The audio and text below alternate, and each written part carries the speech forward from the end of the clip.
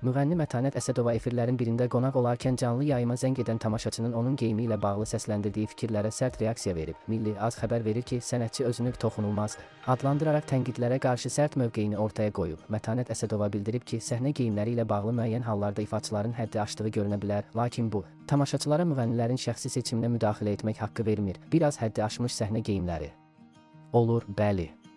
Amma bir də var ki, müğənninin geyiminə tamaşaçı zəng edib fikir bildirir. Buna icazə vermirəm.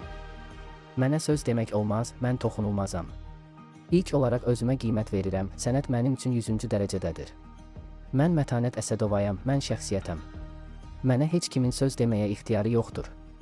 Qayda, qanun, hökumət var. Müğənni bildirib ki, onun sözləri səhnəyə açıq-saçıq geyimlərlə çıxan ifaçılara ünvanlanmayıb, dediklərim efirə lüt çıxanlara aid deyil. Onlar özləri bilər, yəqin evdə nə isə qoyub çıxıblar. Bizim geyimlərə qarışmaq olmaz, səsimizə qulaq asın. Sənətçinin açıqlamaları sosial şəbəkələrdə müzakirələrə səbəb olub.